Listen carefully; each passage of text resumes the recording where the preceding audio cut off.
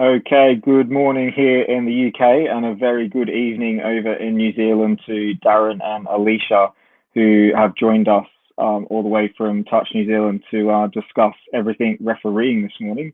Good evening, Darrin, and good evening, Alisha. Thanks for joining us. Great to be here, Ben. Yep, really great to connect with our family, and we know that everything happening over in the UK and Europe, and particularly in terms of COVID, affects the world. So it's really good to just connect and just share a few experiences and learn a few experiences from our Touch England family.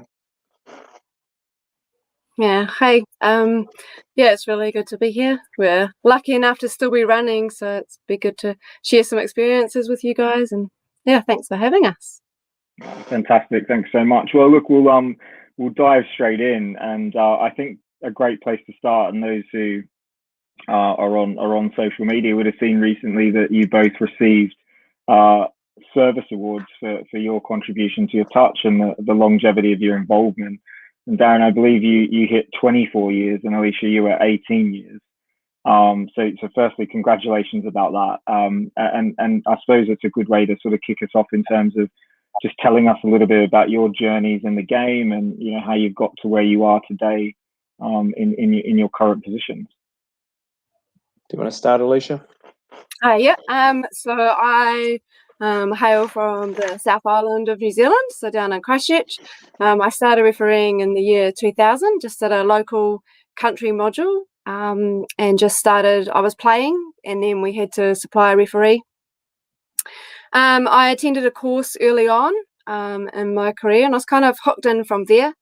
I attended my first nationals in 2003 in the Mount Maunganui up in the North Island. I went to my first international in 2005 at the All Nations, which was here in Christchurch. I got my level 4 badge in 2009, and I made some really close friends in Christchurch, and it just made it really easy to come back to the tournaments week in, week out, and just have some fun with some good people. Awesome. Thanks, Alisha. And Darrin? Started a little bit earlier than Alisha. Probably about 1985, 86. Actually at university in Palmerston North, which is sort of mid-central North Island. And then went back to a place that I was born at, which is a little place in the Eastern Bay of Plenty, and then there's the Eastern Bay of Plenty, little place called Whakatane.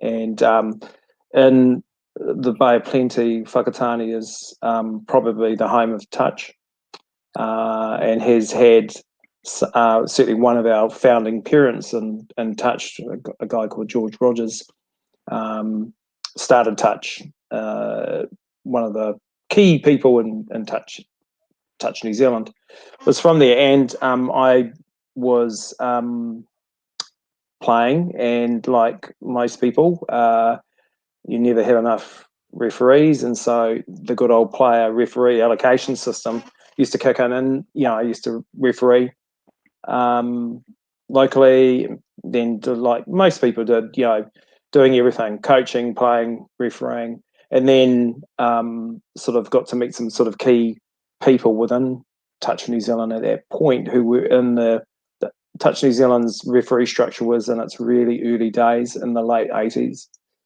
and got into the system at that point, which was, I'll talk about it later, but the present accreditation system, referee accreditation system we have now was nothing like it was back in the late 80s.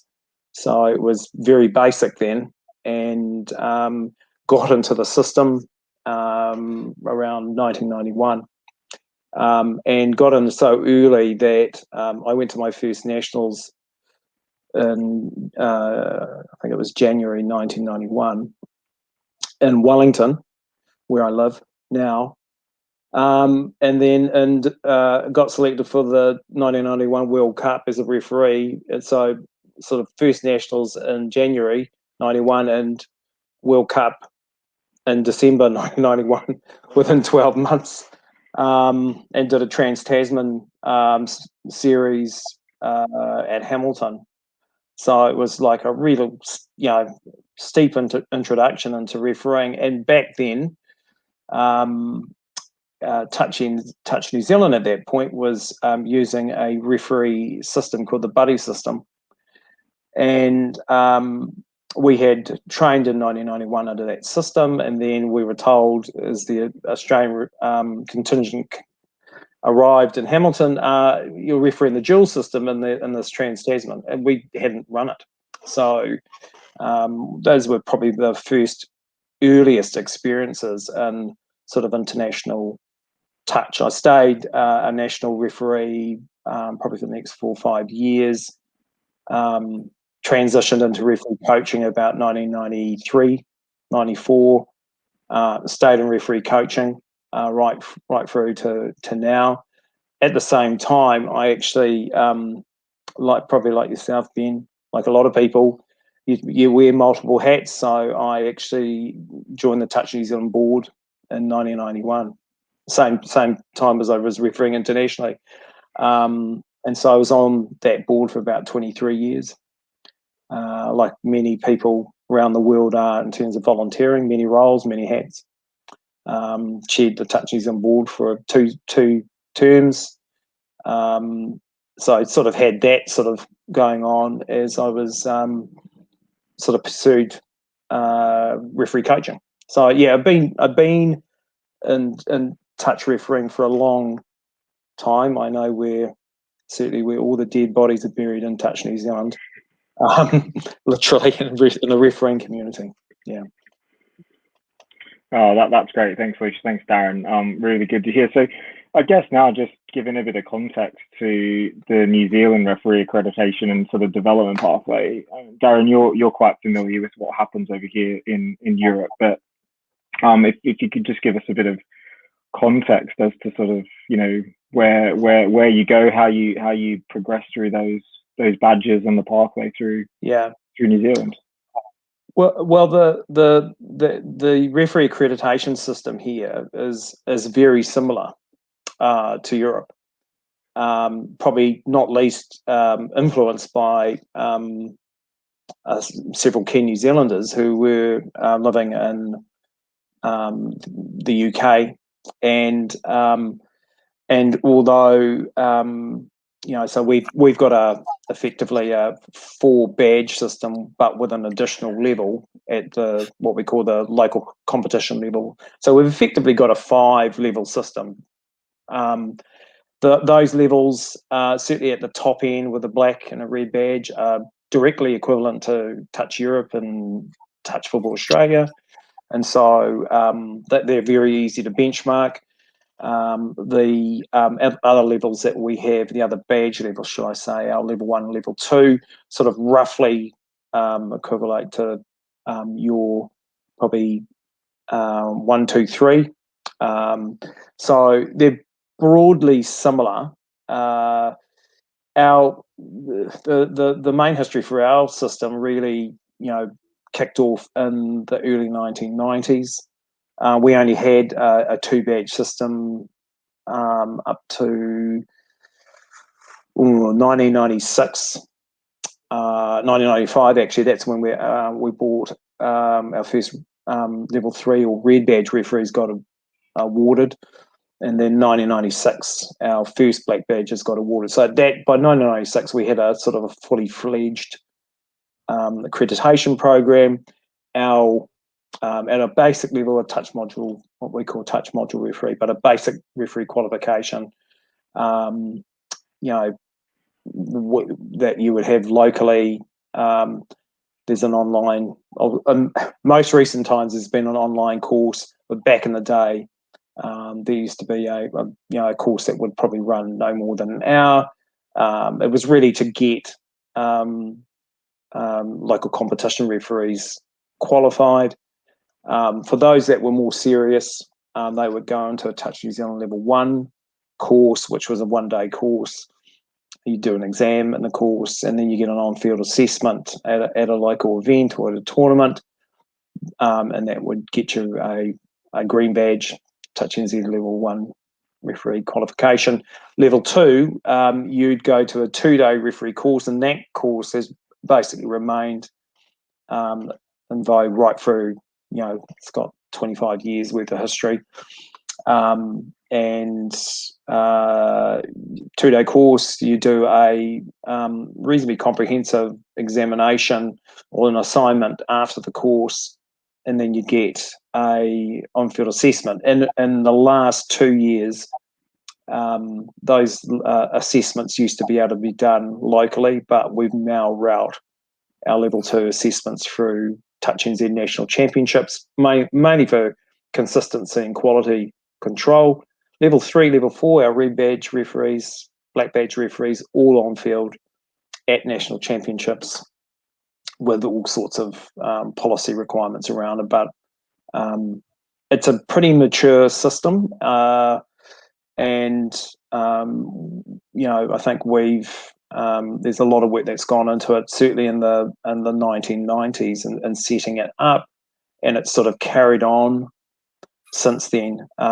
Although I have to say, probably COVID has one good opportunity it's given us, and I think FIT, is to look at its online provision. And so we're looking at the moment,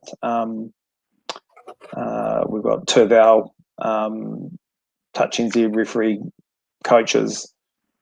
In fact, one of them is Alisha's husband, who is involved in a review of our basic level, what they call TMRC, Touch Module Referee course, and our level 1, and looking at our ability to move content online to ensure that, when I came in to volunteering in the late 80s, volunteering then and volunteering now is quite, significantly different.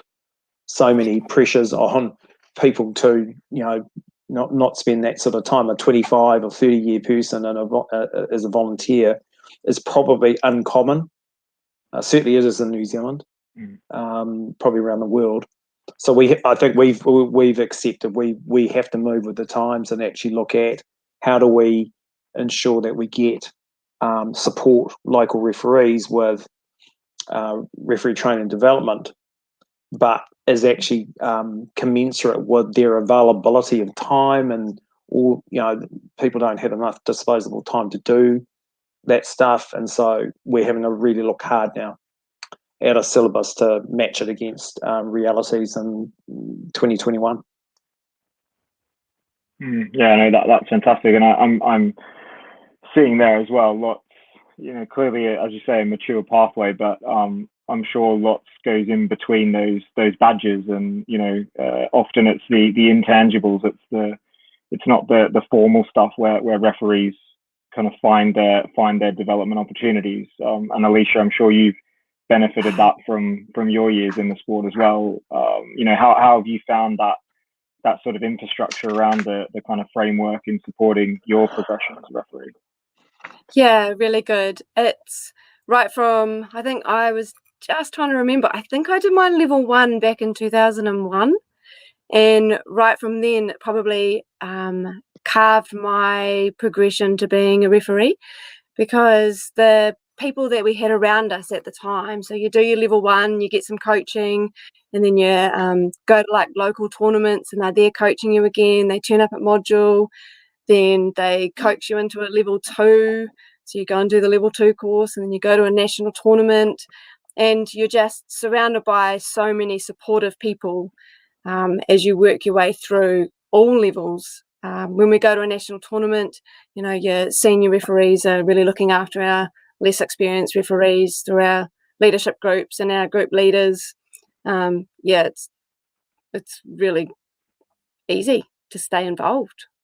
Yeah, that's fantastic. And look, a question that I'm really excited about asking you, and that's taken you to 2019 and getting the whistle for that Women's Open Grand Final at the Touch World Cup. Could you sort of tell us about the sort of lead up to that, and was that an aim of yours going into the tournament? Like, what's the sort of how's your approach around that kind of thing?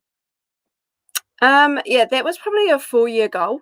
So after I got back from the 2015 World Cup, there was 3 males that did that referee final, and it's good to have female representation in the sport. So I guess that kind of drove my hunger to want to be better, to want to earn the right to referee in that final. And yeah, so it was a 4-year plan. I think what helped was the Touch New Zealand referee sector aligned with the high performance referee sector within Touch New Zealand, and we started attending the training camps. We started doing started having training camps of our own. We had people like Maya Williams come in and do like sessions with us, and really in depth and looking into not only our on-field performance, but how we look at things, how we can change things, our relationships with people, our relationships with the players, the coaches, what the referee coaches wanted out of us, what the game patterns were, how New Zealand and Australia and Europe referees referee differently, but how we could all referee together as well. So encompassing all that, I was quite involved in the high performance referee sector from 2016 through to 2019, and it was definitely one of the goals to get out there and referee in that World Cup women's final. Yeah, it was amazing. It was a great opportunity. Really thankful and proud that I had achieved that. Yeah, I mean, it's awesome. And I think, Darrin, if you put your fit hat on for us here, having 2 female referees in that Women's Open final, as Alisha said, female representation in the sport, but clearly not just 2 female referees there, 2 of the world's best referees, doing a fantastic job.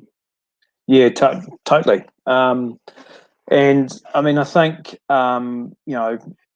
both those female referees really demonstrated the sort of the high standards that you have to reach at an international level. And whilst, I mean, there are some differences, obviously, between Europe, FIT, TFA, and TNZ in these spaces. So, for instance, Alisha will know this, because of, if you look at TFA, I mean, the number of male, their critical mass of referees there is huge. So if you're a male, male referees predominate there in terms of mass volume. So they've had to come up, and this is really the criteria we've used at FIT level, that it's, we need to make sure that we provide pathways for the diversity in our community. When I say that, when I look at Touch New Zealand, we do have a critical mass of male referees, but not to the extent that, in fact, moved pretty much by our female referees that they've wanted to be treated fairly for a heap of years. And that's the reason why our female referees in New Zealand are appointed on merit to games, and whether that's the men's open, mixed open, whatever the top match is, Alisha and her female colleague foot it. Now that may change depending on whether we see in an engagement with our female referees, whether the pathways get blocked. And I think if your male population grows significantly, that's something we will look at. But at the moment, it works for us, I think, in our context. And we've been very, very fortunate to have high quality referees at the female referees at the black badge level. Ben, the other thing I did want to mention, because Alisha and you've asked a question about 2019 World Cup. There were some. If you look at the New Zealand referee performance at the 2015 World Cup, there was, I think our contingent left Australia with some disappointment about where we sat in terms of the overall finalist referee appointments. And that did mean that we had to look really hard in Touch New Zealand about how we structured the high performance referee space. So one of the things we did pretty early on after that was appoint a high performance referee advisor, and it's a very similar role to what they have at TFA, and just really provide quite dedicated support to a high performance referee squad, which varied, I think, Alisha, maybe between 11, 12, 13 people. But just having that dedicated focus, even in a volunteer context, meant that between 2015 and 2019, at the 2019 World Cup in Malaysia, we had for the first time 5 of the top 9 referees out of the 3 open finals came from New Zealand. We haven't ever been in that space. Some of this is timing. It was in terms of timing about we had George Haswell, who we had pushed really hard before the 2015 World Cup, and he had gone to that international experience. But clearly, the 15 to 19 period was his time, even though he was so young. And he ranked number 2 in Malaysia, and so I think we've been very fortunate. Stu McDonald, who's a high performance referee advisor, has done an outstanding job to work with a high performance squad. So I think we've copied and pasted some of the stuff out of TFA, but also looked at our context, what would work for us, and Touch NZ and Touch Europe, but particularly in the UK, some of the stuff we do is very, very similar for similar contexts. So we can learn a lot. We can learn a lot off each other.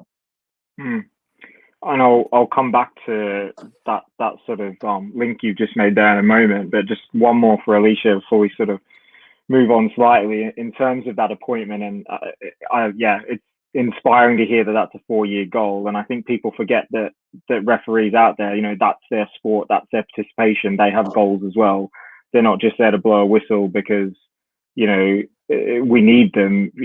People understanding that you've got goals there. What was the process of finding out that you've got the women's open final? How did you change your preparation for it? Was it I won't think about what I've achieved until I've done it? You mean on the day? Yeah, on the day. Yeah, so we found out in the morning of the finals. So Malaysia was a little bit different, where we had finals over a 3-day period. So every morning the referee group would come together and the meadow would announce who the finalist referees were for that day. And so on the opens morning, when the major finals were, the referees get together and Meadow will announce who the finalist referees are. And my preparation doesn't change from one game to the next. It was pretty exciting being able to call back home, and my children were very proud. They were waiting to watch the game, and I think that was probably when it really sunk in that we're kind of been on this journey for the last 4 years, and the girls, like, they come down and train with us. They're 13 and 8 now, so they're a real big part of it. So telling them, and then I guess there was a bit of time where I did take some time out for myself just to kind of let it sink in a little bit, but try not to let the emotion of the experience kind of overwhelm the excitement. I think it's good to be excited. It's good to be nervous to go into those games. I had a little sleep because we had a game in the morning, then a game at night time.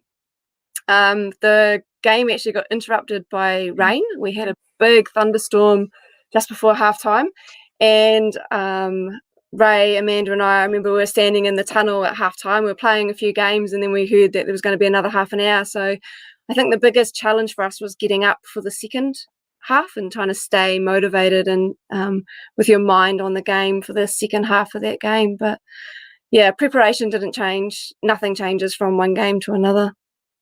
Oh, that's awesome. I think it's really, I'm glad you brought that up around the sort of that gap there. I think we've heard from a lot of players where games were disrupted at World Cup and how they get themselves back up, but we forget, you know, there's 3 officials out there who need to do the same thing. So yeah, that's awesome bit of insight.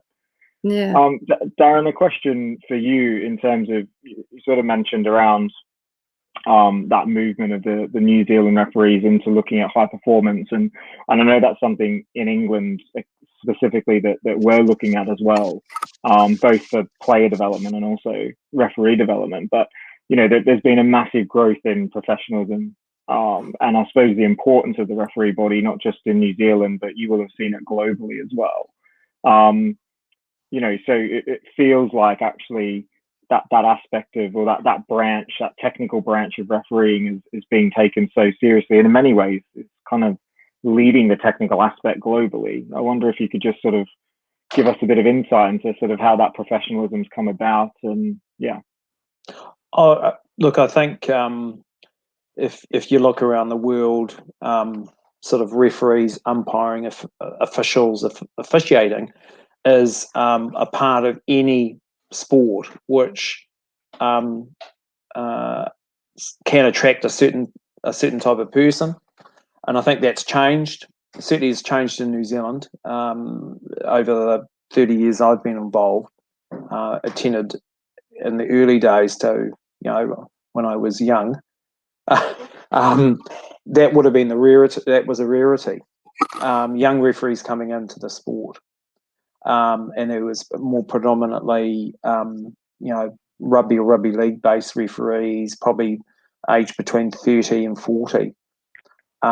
What we have, you know, in 2021 for Touch New Zealand is at a national championship level is, you know, out of 100 referees coming to a national championship, probably about 30 of those referees will be under the age of 18. Now that's, you know, and we've had that for a while now. So the production line that our areas around the country have managed to pull together interest from under 18 years of age referees is amazing. And we've that has, you know, sparked a new challenges that you have with managing under 18-year-olds in a predominantly the referees space is an adult environment.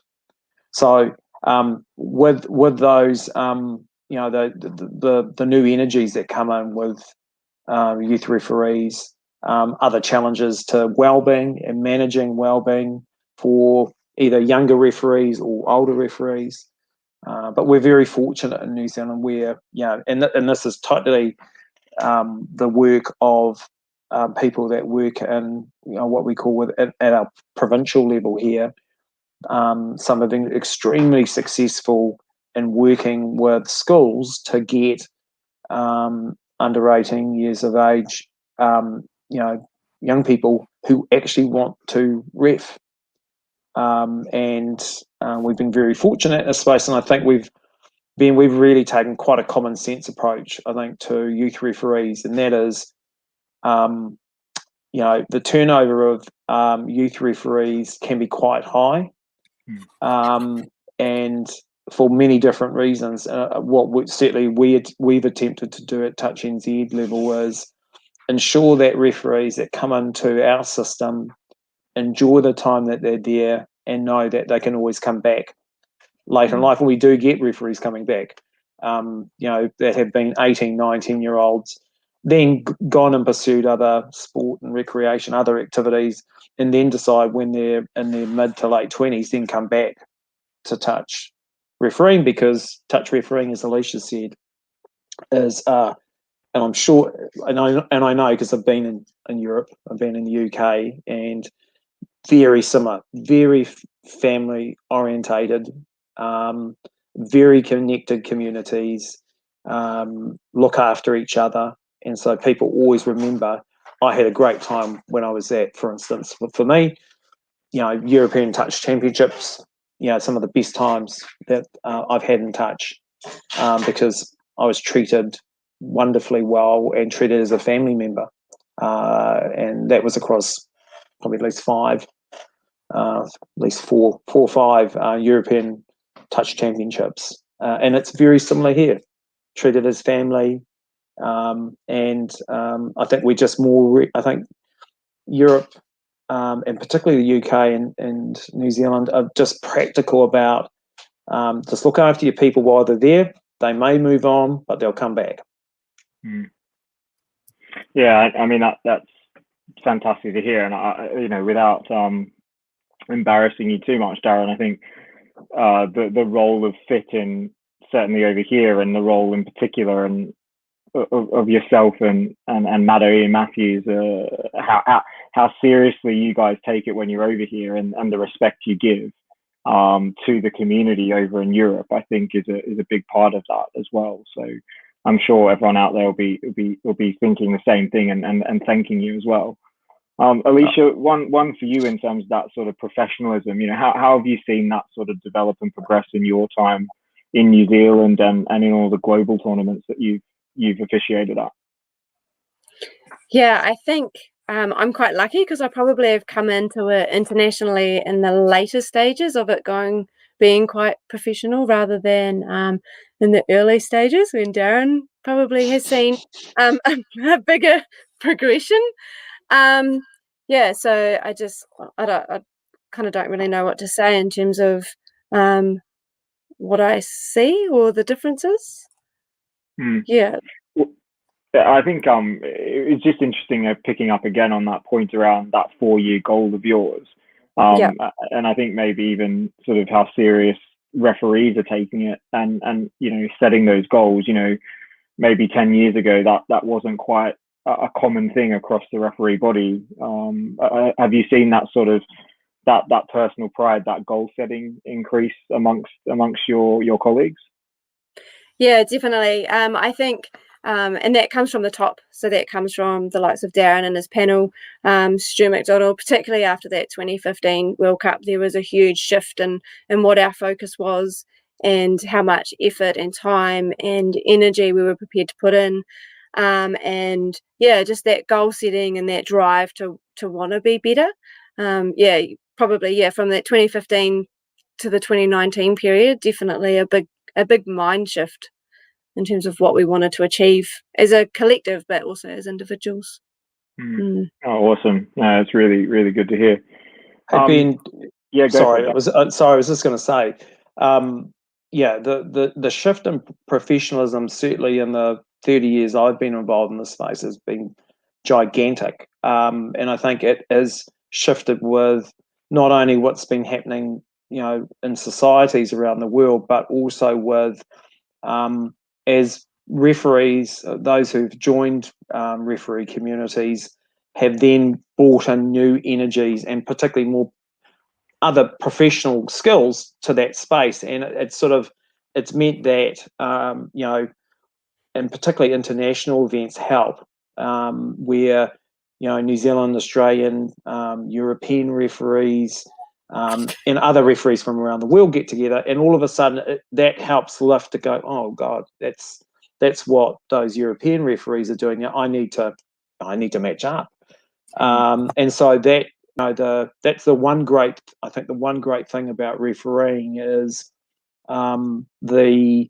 there is a huge amount of exchange of ideas and development ideas between Europe, Touch New Zealand, TFA, FIT, and other nations. Those resources are shared, and even though we're all sort of competing, at one level to make sure our referees do really well in these international events. So it's the one thing that you'll find that, and particularly the work that's been done in Europe over the last 10, 15, 20 years, European refereeing standards have shifted enormously. I mean, we certainly in Touch New Zealand, we benchmark to two key audiences. What are TFA doing and what are Touch Europe doing? Because, there's you have to keep abreast of innovation, and referees do that as well. And there's some great work that's happened in Touch Europe over the last few years. I mean, we've been really last year in 2020, March 2020, we had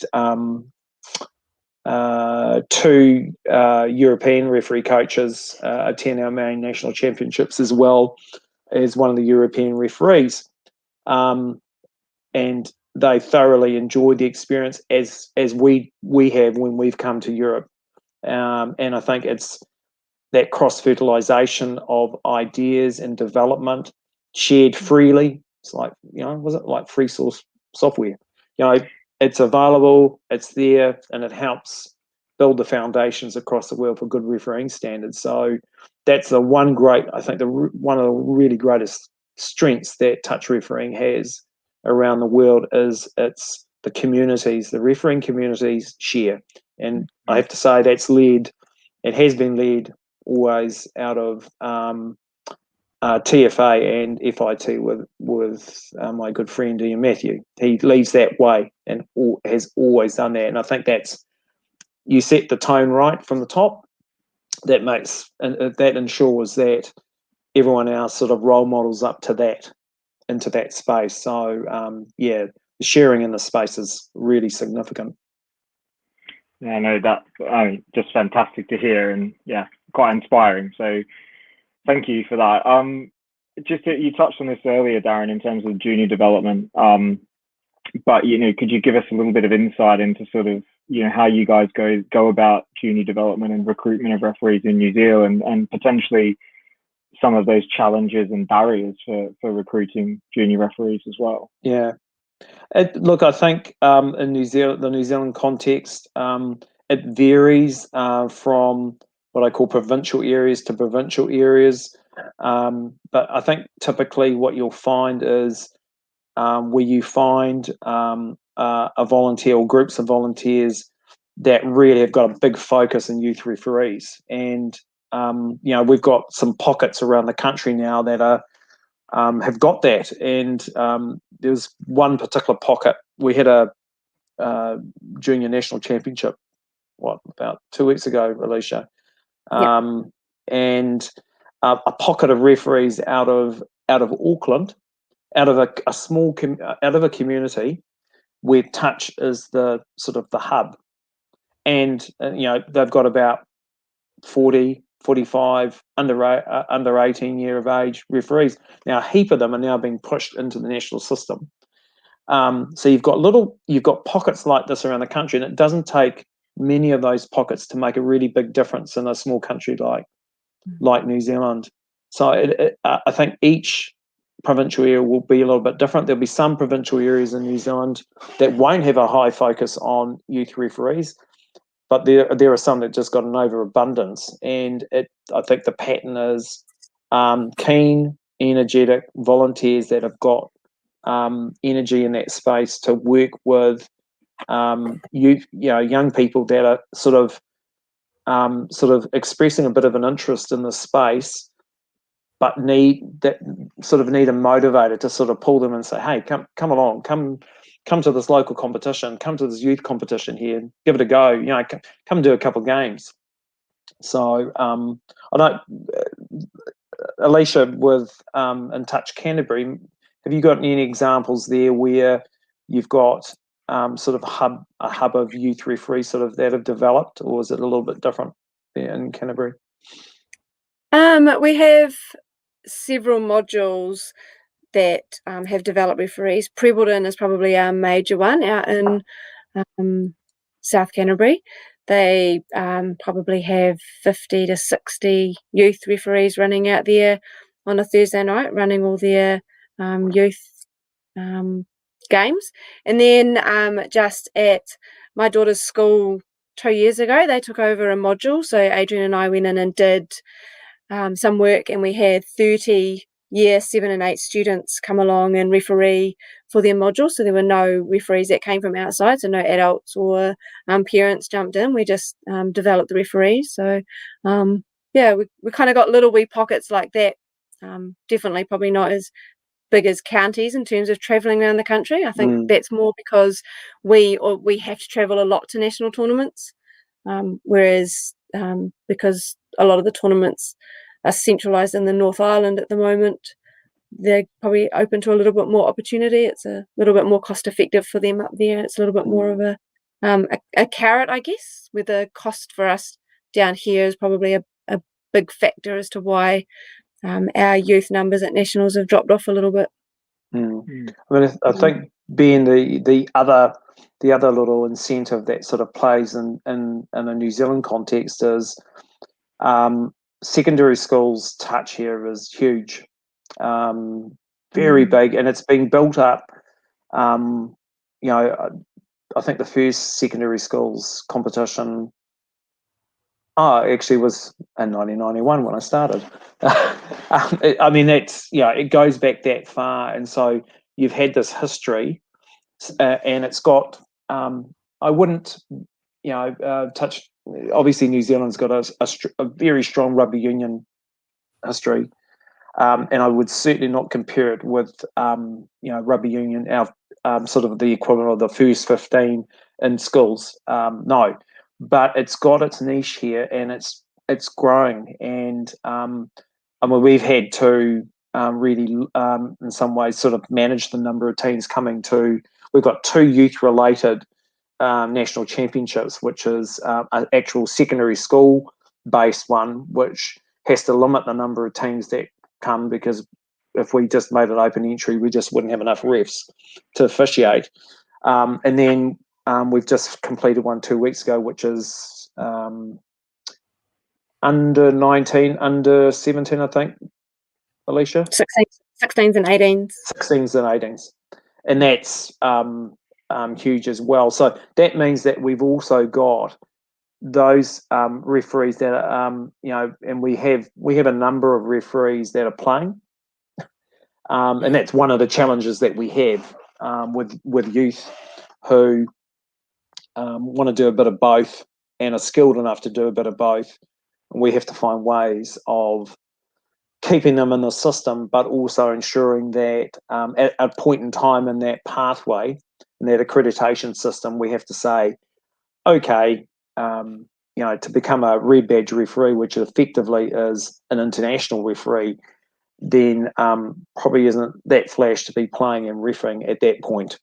You're going to have to make a bit of a change, but we try and keep them in the system for as long as we can, and to make sure that their journey in touch is such that they can exit out and come back in, and actually ensure that the experience they've had in the referees community here has been one that they always remember, think to themselves, I wouldn't mind go back and doing some touch refereeing. I really loved it when I went to the nationals.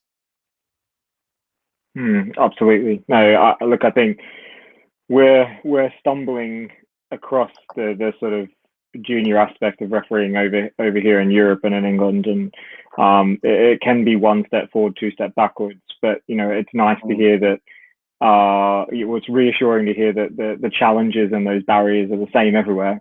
And I'm sure as the sport grows over here, we'll start to recruit a little bit more. So just sort of moving on a little bit, part of the initiative here with our interviews, as I sort of explained to you guys, is we've got a bit of a wellness and well-being focus in our high performance program coming up. And I know you guys have just come out of junior nationals, and with both of you have already mentioned sort of that sort of welfare, well-being aspect when it comes to the referee body. But I know you had a referee well-being check-in initiative at the recent junior nationals, and Alisha, you were telling me about the sort of the buddying system that happens there, in terms of groups of referee coaches assisting with de-escalation processes and stuff like that. But I wonder if you could just share some of the amazing things that are happening over there with the referee well-being check-ins and things like that.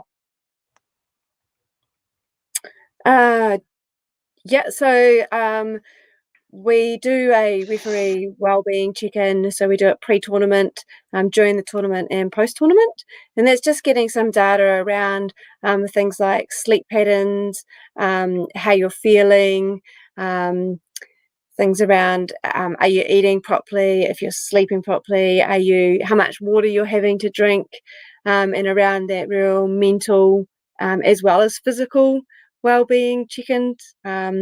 So that, like I said, that comes in pre and during the tournament, and all that information goes off to Touch New Zealand, and we don't kind of see who is saying what, but just give some real raw data into what the feel is and the environment of the referee group is at the time. No, Alisha's nailed it there. I think the only thing to add to that, Ben, is so we have a person within the paid staff of Touch New Zealand who is in charge of this wellbeing space. And so her name's Pam Hyde, and she's the one that is receiving that data. The check-in is one great thing about it. It's really basic. So it's the sort of thing that you could do in a minute. And so what she is doing, and this is one of the things that we stressed to our referees community at the Junior Nationals 2 weeks ago, was that data is completely confidential. It is not being seen by me or referee coaches. It's going to a Touch New Zealand staff member who's skilled and capable in that space, who then will make some contact. If there's anything in that wellbeing check, they'll make contact directly with that referee. And that's what actually did happen at the Junior Nationals. And so this is a new, I think this is a new space for us in terms of the sort of formality of these check-ins. I think we've had elements of this in the past, but not as structured as this. And so there's some work going on within Touch New Zealand at the moment, reviewing the wellbeing data that's come off this in a way that protects confidentiality, but also to see what the trends are, and also connecting those trends to wellbeing trends to information that we've got coming off our referees physio who's in our environment, because actually, amazing as it may seem, some of those wellbeing issues that came in pre-tournament, during the tournament, really related to their preparedness physically. And those are the sort of things that, and those referees that are listening in or watching will know that there's this strange dynamic at any sort of elite event around, I'm going for my goal, or I've got a bit of an injury, or I don't really want to tell anyone about it, because if I tell a referee coach about that, that's really going to potentially impact on my ability to pursue that. So, but they feel confident enough to tell someone about it. So we're working through this, and from what I saw at the Junior Nationals, as I said 2 weeks ago, and some of the feedback I've heard from referees, it's been taken really well. Something basic, something simple, something confidential, something that's not connecting with, sort of the assessment and coaching space.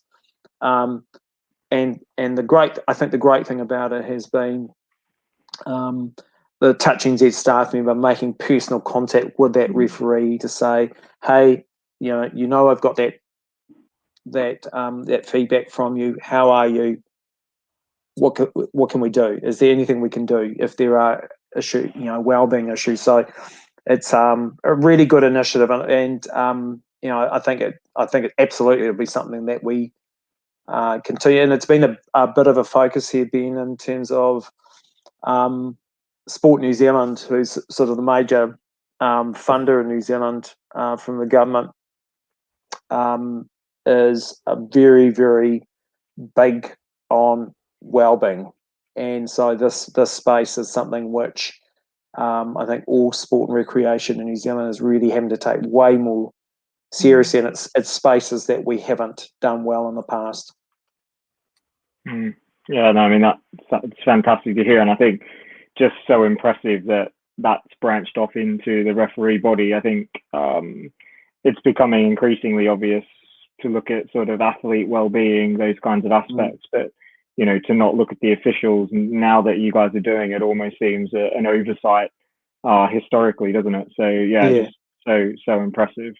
Alisha, just sort of one for you now. You mentioned culture before, and I'm sure that massively ties in with well-being. But I wonder if you could just give us a little bit of insight into sort of that distinctive referee culture within New Zealand, and how that enhances enjoyment, retention, progression as a referee over there.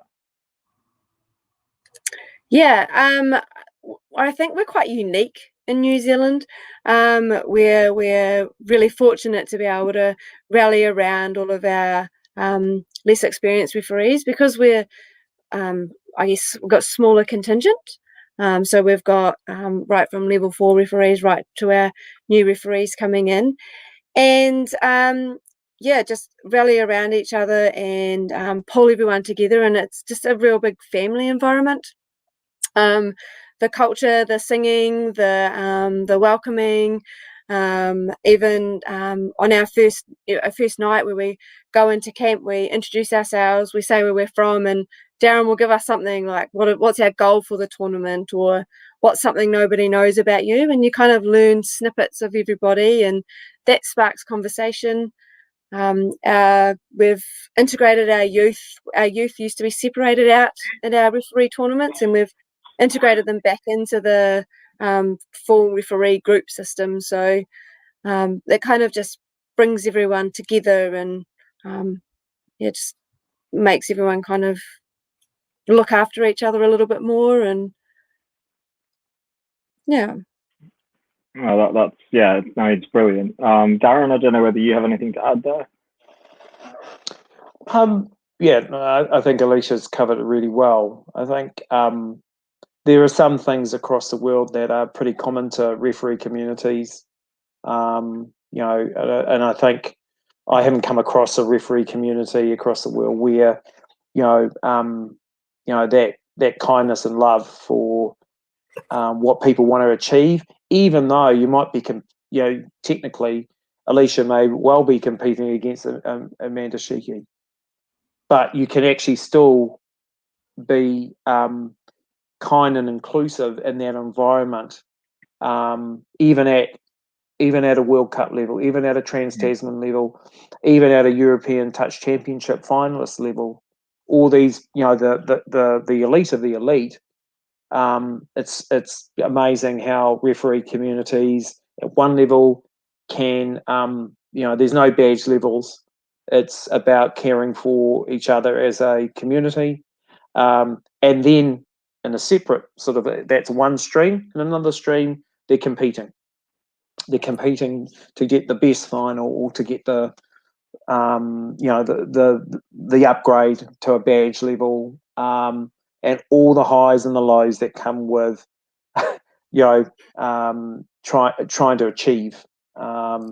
It's not the same as athletes. It's different, but I think one thing that is the same with athletes is the highs and the lows of those moments are shared in the referees community.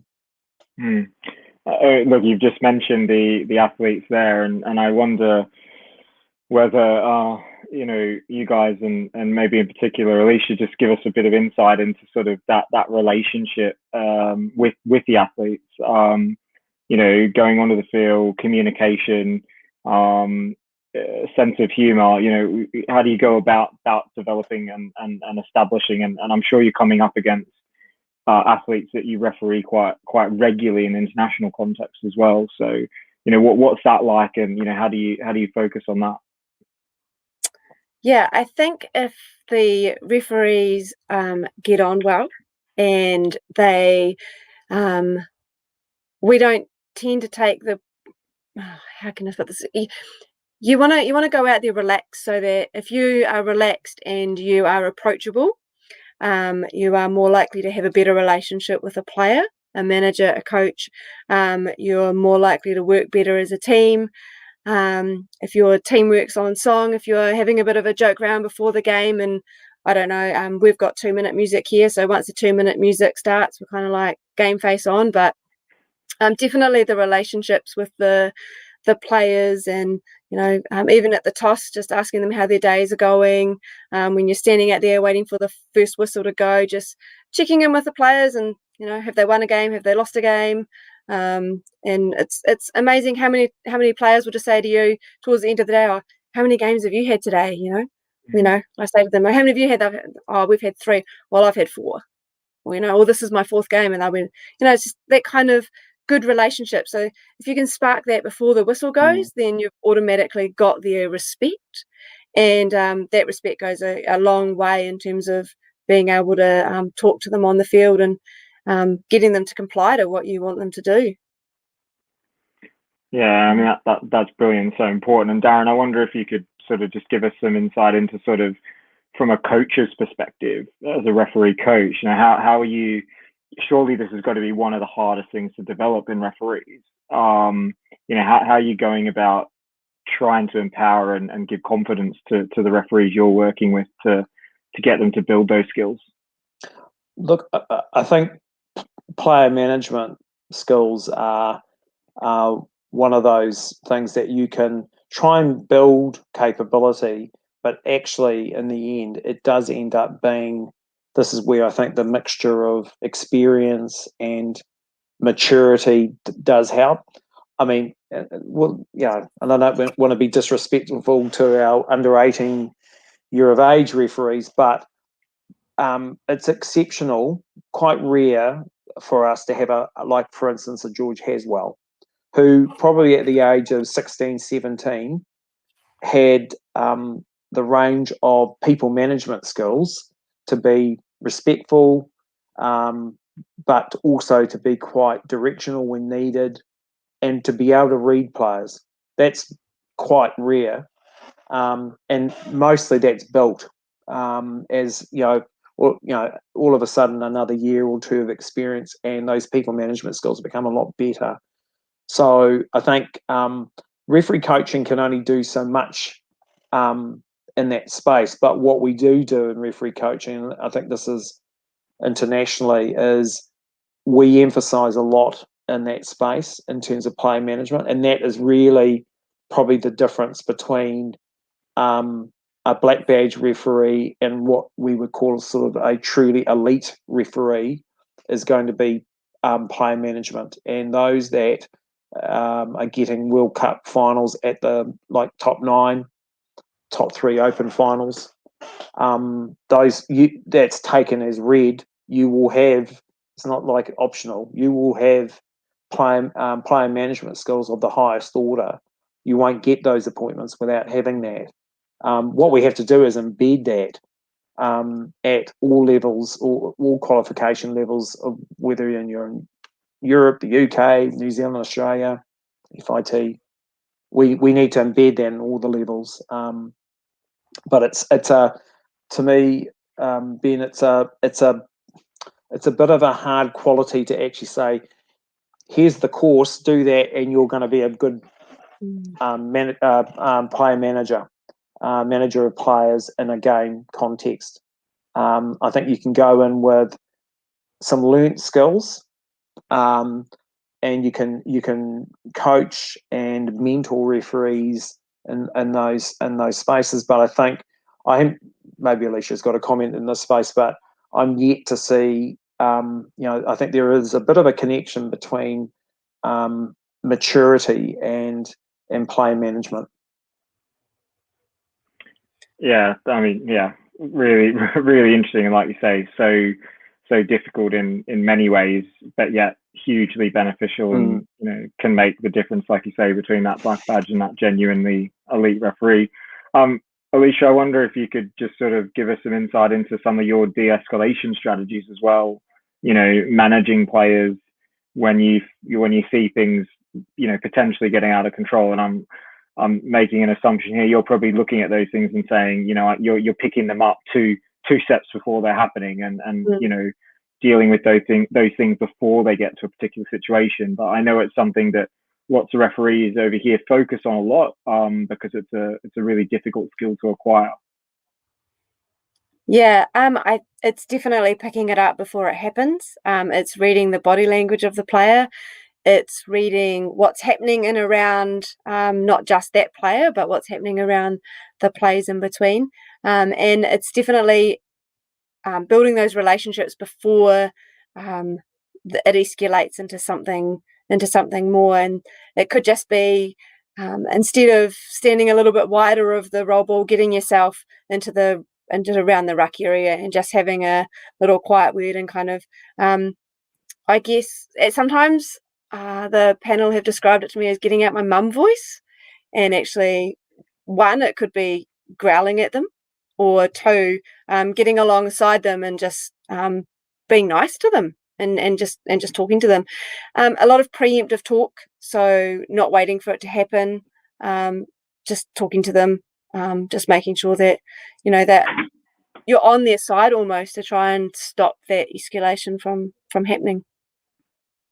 Yeah, really interesting. Darrin, I don't know whether you want to jump in there as well. Oh, I think Alisha's really covered it. I think de-escalation strategies. Certainly, what we see as referee coaches, they tend to vary, and I think there is a lot attached to the more senior referees are in terms of, and if I look at a Touch New Zealand player perspective, those referees that do our top finals, they are pretty well known by players, and so that in itself brings a respect level or a fear level that there are known quantities of referees, that these are black badge referees who at an international level, I need to regard that. They'll regard me for my my athlete. I'll be an athlete in this game. They'll respect that, but I'm going to have to work with these referees. So I think certainly what I've seen on the international stage and in New Zealand and Australia has been a range of de-escalation. Some of it relates, I think sometimes to the professional background of people who are involved, and those have been in really people-facing roles, or people who have been people leaders, that have had a lot of experience with working with their staff. But then again, you then get a balance of young people that have not had that and are having, and I find amazing that we've got young people that do manage to bring together some of those de-escalation skills, even though they've got very little life experience behind them, but they know one or two things that that can help to de-escalate. Oh, that's fantastic. Thank you. And look, we're sort of coming to the point of tying things up, and I wonder whether you guys would be able to share with us, a high point and a low point of your touch careers to date. I'm not sure who wants to jump in first. Go for it, Alisha. Well, definitely the high point would be the World Cup, the reaching the goal of the 2019 World Cup final. Probably the low point. Like Darrin alluded to earlier, there's always low points within the referee career. So I guess when you don't receive the ranking that you had hoped for. I missed out on Trans-Tasman and Rotorua in 2017, I think it was. 18, yeah. So I missed out on selection. So I was pretty gutted about that. But I think having those low points really drives my passion and my want to be better and do more and achieve higher things. So you're definitely the highs kind of outweigh the lows, if that makes sense. Mm-hmm. Yeah, absolutely. Thank you for that. Darrin? Probably, I've got them on sort of two contexts, sort of domestically here in New Zealand and internationally. domestically, I think the high point, was it probably for about 5 years or so now, and Touch New Zealand referee coaching, we've split. We've got different referee coach teams dealing with high performance refereeing and upgrades. So I head up the upgrades team. So the high point is seeing, and domestically, is seeing referees who are really hard to get through the referee accreditation system here, and have achieved a black badge. A black badge in New Zealand, if you ever, any referee from overseas ever comes to in fact, we've got our nationals in a week and a half in Christchurch, and if there's a black badge award, it is a big thing here, and significant, because black badges are not given out that often. And so it's retained, I think the black badge has retained a bit of that mystique. And when you see a referee who's achieved a black badge in New Zealand, if you're a referee coach in that space, it does give a really great sense of pride that you've had a small contribution to that person getting across the line. In the same vein, I have to say, it also works the other way, which is those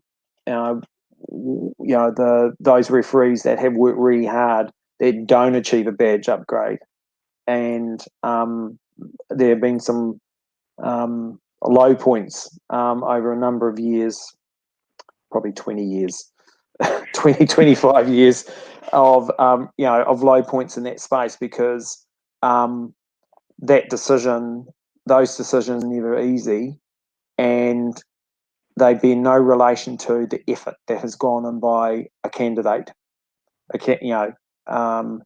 So that they are gut-wrenching for everyone, particularly the candidate, but for referee coaches who have been involved in that decision, and when there's only one event a year to achieve that by, that's really gut-wrenching. So that would be the highs and lows domestically.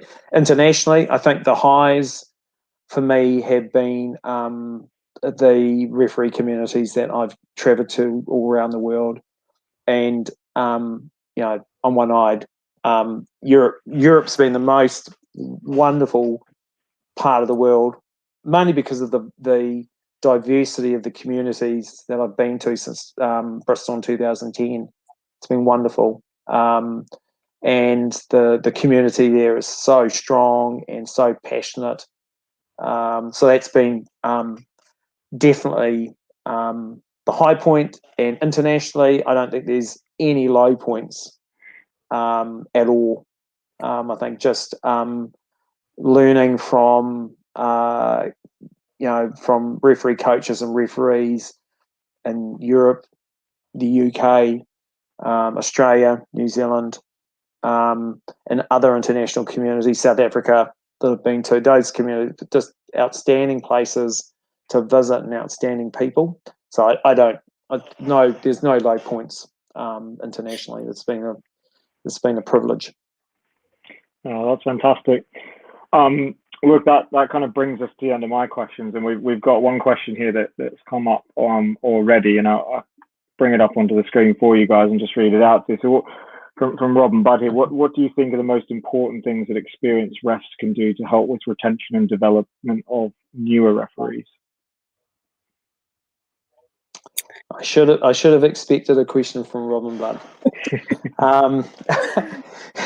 Good question, Robin.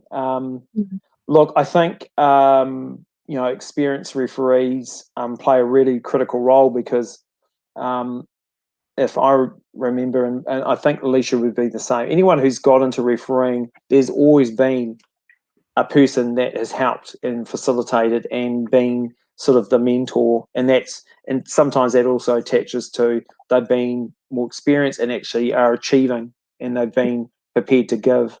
And I think experienced referees can do that by being a motivator, by thinking, what do I need to do to bring the next person in to replace me? and and ensuring that new referees that come in, or the youth referee that comes in that may not be certain about, well, am I going to stay in this? Just being that motivator can really help. You don't need to be a referee coach or qualified referee coach. You just need to be a motivator, in my very limited view, and that's really important that motivation takes place, because certainly my experience in New Zealand has been particularly that age group, under 18 years of age, is a bit of a mystery how you retain them in referee communities. If you're between 25 and 35 or 40, there's a whole range of reasons why you're refereeing touch. But if you're the younger age group, you've got so much disposable time on your hands, and you have to choose to be involved in touch refereeing. So we've all got, I think, experienced referees have all got an obligation to make sure what are they doing, what are we doing to role model keeping those referees, to keep them in the system. Oh, thanks, Darrin. Alisha, did you want to add anything to that? No, I think Darrin hit it on the head. I think just passing on our knowledge, not holding on to it, just making sure that we're sharing as much as we can, and like Darrin said, just wanting the next generation to, the newer referees to come through and be as good as us, and passing on that knowledge. Yeah. Oh, that's awesome. Look, guys, thank you so much for joining me this evening over there and this morning over here, and thanks to everyone for getting up nice and early in the UK and Europe, and I've got a few comments here from various people around the world. Look, the insight that you guys have shared and your willingness to be so open and honest about so much has just been hugely beneficial, and I'm sure lots of people have really benefited from hearing about all of your experiences. Congratulations again on those long service awards, very deserved. And yeah, fingers crossed we can welcome both of you over here at Europe for Euros very soon. It'd be fantastic. But look, thanks very much. Those of you watching, we've got some more interviews coming up this week, so make sure you take a look at the England Touch YouTube channel. Tomorrow we're chatting to Carly Banks and Dave Nolan from Australia, and hopefully I'll see you all very soon. But thanks again, Alisha. Thanks, Darrin. We really appreciate your time. Catch up soon, Ben. Good to see you. Thanks for having me.